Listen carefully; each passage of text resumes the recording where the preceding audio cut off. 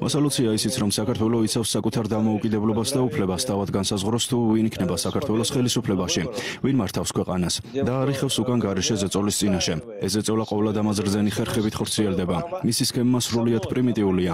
ის საფრანგეთის მოქალაქე ქალბატონი, რომელსაც საქართველოს პრეზიდენტის პოსტი ეკავა. არ შევჩერდები იმაზე, თუ რა გზით და როგორ დაიკავა მან ეს პოსტი. როგორც იცით, არჩევნების შედეგებს არ ცნობს. როდესაც კითხეს თუ რატომ, მისი პასუხი იყო: ეს არჩევნები რუსეთის მიერაა გაყალბებული. კითხეს: კი, მაგრამ ამას რის საფუძველზე აცხადებთ? დამამტკიცებელი საბუთი თუ გაქვთ? მან კი უპასუხა: არა, საბუთები არ მაქვს. ამის დამტკიცება არ შეიძლება, მაგრამ ასეთი შთაბეჭდილება მაქვსო. როდესაც მის მომხრეებს, ვისაც მისი პრეზიდენტად დარჩენა სურს, ეკითხებიან: ამას რის საფუძველზე ამბობთ? რა მტკიცებულებები გაქვთ? ისინი პასუხობენ: ეს ჩვენმა ყოფილმა პრეზიდენტმა თქვაო. ერთი სიტყვით ამაზე დიდი სიბრიყვე და თვალთმაქცობა ძნელი წარმოსადგენია, მაგრამ მე დარწმუნებული ვარ, რომ ზურაბიშვილს ორი გზა აქვს. ან გვერდს დაუმშვენებს იმ მუნიათო ბელორუს დიასახლის, რომელმაც კატლეტის გარდა სხვა არაფრის მომზადება იცის. ან თუ კი ტრამპის ინაუგურაციის შემდეგ საქართველოში დაბრუნდება. მან შეიძლება უკვე ციხის საკანში დაუმშვენოს გვერდი საქართველოს კიდევ ერთ ყოფილ პრეზიდენტს, სააკაშვილს. და ისხდნენ ერთად საკანში და ქართველი ხალხის მომავალ კეთილდღეობაზე ითათბირონ. ან და იმ უგუნურ გაუნათლებელ ქალბატონთან ერთად, ვინც დასავლეთმა ბელორუსიის პრეზიდენტად გამოაცხადა. საერთაშორისო პოლიტიკის წარმოებაზე ილაპარაკონ. შეუძლიათ ასევე მიიწვიონ გუაიდოც, თუმცა მას უკვე უპოვეს შემცვლელი. ეს ადამიანი მრავალი წლის განმავლობაში ვენესუელის არაღიარებული პრეზიდენტი იყო, მაგრამ ახლა სხვა ადამიანი დასახელდა ვენესუელის არაღიარებულ პრეზიდენტად. მათ შეუძლიათ პროფკავშირი ან სხვა ორგანიზაცია დააფუძნონ. შეუძლიათ გახსნან თავიანთი სექცია გაეროში, საკუთარი ქვეყნებიდან გაწევებული არაღიარებული პრეზიდენტები. მათ ყველა საერთაშორისო კონფერენციაზე მიიწვევენ. დაშტა უკრავენ. ზურაბიშვილს შეიძლება დარჩეს ის, რაც ჰქონდა, საფრანგეთის მოქალაქეობა. საქართველოს მოქალაქეობა კი შეიძლება ჩამოერთვას. ესეც შესაძლებელია. საფრანგეთის მოქალაქედ დაიბადა და დაეკვლავ საფრანგეთის მოქალაქედ დარჩეს. ხოლო თუ წინააღმდეგობას გასწევს და საქართველოში ჩამოვა, ძალიან კარგი, მოათავსონ სააკაშვილთან ერთ საკანში. თუ კი სერიოზულად ვილაპარაკებთ, ბოლო პერიოდში საქართველო იცავდა თავის სუვერენულ უფლებას და მან ეს კიდევ ერთხელ მოახერხა. მეცაც გეტყვით, ამ პერიოდში საქართველომ მხოლოდ საკუთარი ბედის დამოუკიდებლად გადაწყვეტის უფლება კი არ მოიპოვა. საქართველო დღეს იცავს თავის ქართულ ეროვნულ ფასეულობებს. ჩემი აზრით, შეიძლება ვილაპარაკოთ ისეთ ფენომენზე, როგორიც ქართული ცივილიზაციაა და ქართულმა ხალხმა ამ დღეებში სწორედ ეს ეროვნული ფასეულობები დაიცვა. მიუხედავად მთელი ისტორიისა და იმ განსაცდელისა, რაც საქართველომ გამოიარა, საქართველოს აქვს საკუთარი ეროვნული ისტორია, რომელიც ნაწილობრივ რუსეთის ისტორიაცაა და ნაწილობრივ საბჭოთა კავშირის ისტორია. რა გინდ მოინდომოს, ვერავინ უარყოფს, ვერავინ ამოშლის ისტორიიდან იმ ფაქტს, რომ საბჭოთა კავშირი მსოფლიოს დიდ სახელმწიფოდ სწორედ ქართველმა აქცია. ქართველი ხალხის ისტორიაში უდიდესმა ქართველმა და მსოფლიო ისტორიის ერთ-ერთმა უდიდესმა სახელმწიფო მოღვაწემ. საქართველოს სრული უფლება აქვს და მართებს კიდეც. იამაყოს ამ პიროვნებით. ქართველი ხალხი რაოდენობრივად მცირეა, მაგრამ არც ერთ სხვა ერს არ მიუწია მსოფლიოსთვის ისეთი მასშტაბის პიროვნება, როგორიც გორში დაბადებული იოსებ ჯუღაშვილია. და მე იმედი მაქვს, რომ ქართველი ხალხი მას დამსახურებულ პატივს და ხსოვნას მიაგებს, როგორც კაცობრიობისა და ქართველი ხალხის ისტორიაში უდიდეს ქართველს. В истории человечества и в истории грузинского народа. ბატონო იაკობ, საქართველოში დიდ პატივს გცემენ არა იმიტომ, რომ იოსებ სტალინის ფიგურას ჯერ უნათ აფასებთ, არამედ იმიტომაც, რომ მოვლენებს პრაგმატულ შეფასებას აძლევთ და ქართულ ფასეულობებსაც პატივს სცემთ.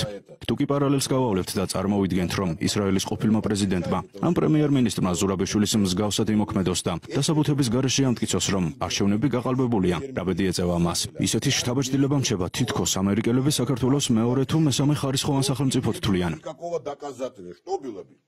უნდა გითხრათ, რომ ჩემი ქვეყანა, ისრაელი და ჩვენი ხალხი სამწუხაროდ, ვერც დღევანდელი პრეზიდენტით იამაყებს და ვერც პრემიერ-მინისტრით, მაგრამ ისრაელის ისტორიაში იყვნენ დიდი პიროვნებები, ვისი წყალობითაც შეიქმნა ისრაელის სახელმწიფო. მე ასეთ პარალელს გავავლებდი. რით გამოირჩეოდა სტალინი და რით გავდა მას ბენ-გურიონი.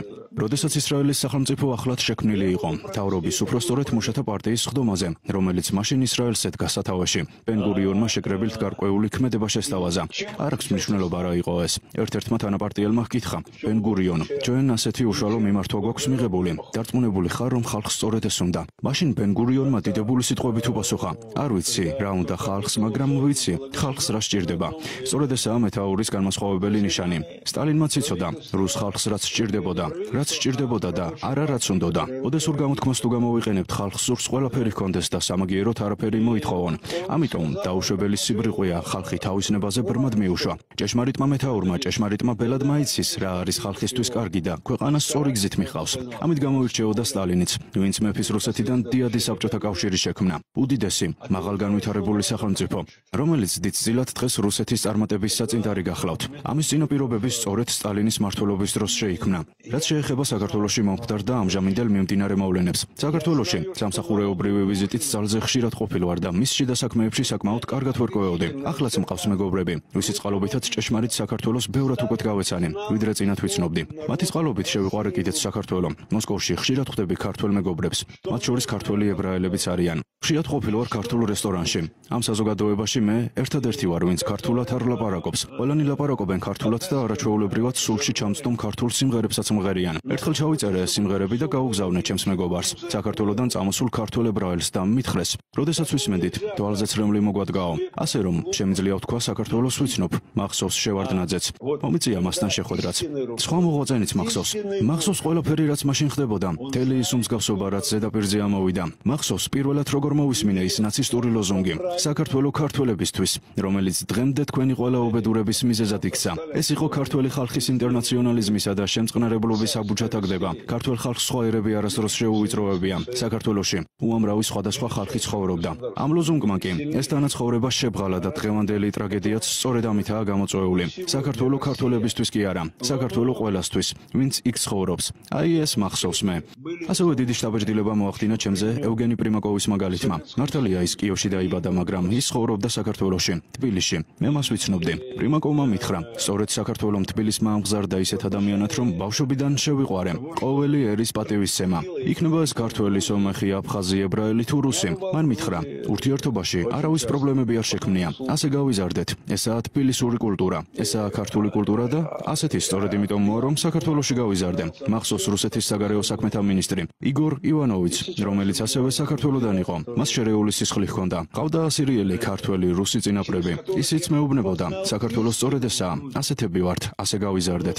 მახსოვს მოსკოვში ჩემს უმცროს ვაჟთან ერთად ჩავედი. ვიდრე ჯარში წავიდოდა, მან ჩამოვიყვანე და მასთან ერთად იგორ ივანოვს შევხვდი. ივანოვმა თვითონ თხოვა ჩემი ვაჟი მასთან მიმეყვანა და როდესაც ნახა, უთხრა ჩვენთან საქართველოში ასეთი წესია. შენ 18 წლის ხარ, ჯარში მიდიხარ. ამიერიდან მამაკაცი ხარ. მე შენ გაჩუქებ მამაპაპურ ხანჯალს, რომელიც მე მაჩუქეს, როდესაც 18 წლის გავხდი. სახსოვრად გქონდეს და გახსოვდეს, ვაჟკაცი ხარ. შენი ერისა და მამა შენის ღირსი უნდა იყო. აი ამ ადამიანის წყალობით შევიგზენი თუ რა არის საქართველო და ქართველი ხალხი. ეს დღესაც შესანიშნავად ვიცი, რადგან ვიცნობ ქართველი ერის ერთ-ერთ სერიოზულ, ღირსეულ წარმომადგენელს, რომელიც მიუხედავად ყველაფრისა, საქართველოში დაბრუნებისთვის იბრძვის, რომელმაც საქართველოსთვის ბევრი გააკეთა. ესაა იგორ გიორგაძე. მან ბევრი იბრძოლა იმისთვის, რათა საქართველოს თავისი არსი და რაობა შეენარჩუნებინა. ჩემი გული სავსეა ქართველი ხალხისადმი სიყვარულითა და მოწიწებით. სულ ერთია, კახეთი იქნება ეს, სვანეთი თუ სამეგრელო. ყველაფერი ეს საქართველოა, პატარა და ამასთან დიდიც. ადამიანებისადმი სიყვარულით მდიდარი საქართველო.